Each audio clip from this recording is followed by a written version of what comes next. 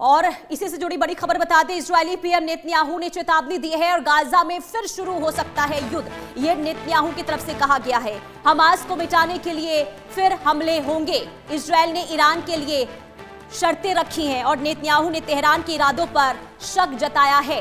ये बड़ी खबर आपको बता रहे हैं। देखिए, कई दिनों से कहीं ना कहीं स्थिति सामान्य नजर आ रही थी, लेकिन एक बार फिर से जो नेतन्याहू की तरफ से कहा गया है और संकेत इस बात का दिया गया है कि एक बार फिर से युद्ध जो है वो छिड़ सकता है। इजरायली पीएम है नेतन्याहू, जिनकी ओर से ये चेतावनी दी गई है और इस चेतावनी को आप इस तौर पर समझ सकते हैं, गाजा में एक बार फिर से शुरू हो सकता है युद्ध। ये स्टेटमेंट नेतन्याहू की तरफ से सामने आया है। हमास को मिटाने के लिए हम एक बार फिर से हमले करेंगे, एक बार फिर से हमले होंगे। आपको बता दें कि देखिए, जो वहां पर स्थिति बनी थी गाजा और इजरायल के बीच में, और हमने देखा था कि जो संघर्ष बीते कई सालों से देखने को मिल रहा था, उसमें कहीं ना कहीं नरमी जरूर आई थी और अब संघर्ष विराम जो है उसकी स्थिति भी हमने देखी थी। लेकिन अब नेतन्याहू ये कह रहे हैं कि हमास को खत्म करने के लिए एक बार फिर से वहां पर युद्ध जैसे हालात बनेंगे। तो अमेरिकी राष्ट्रपति डोनाल्ड ट्रंप की मध्यस्थता के बाद गाजा और इजरायल के बीच में देखिए समन्वय स्थापित करने की कोशिश हुई थी, और जो कैदी थे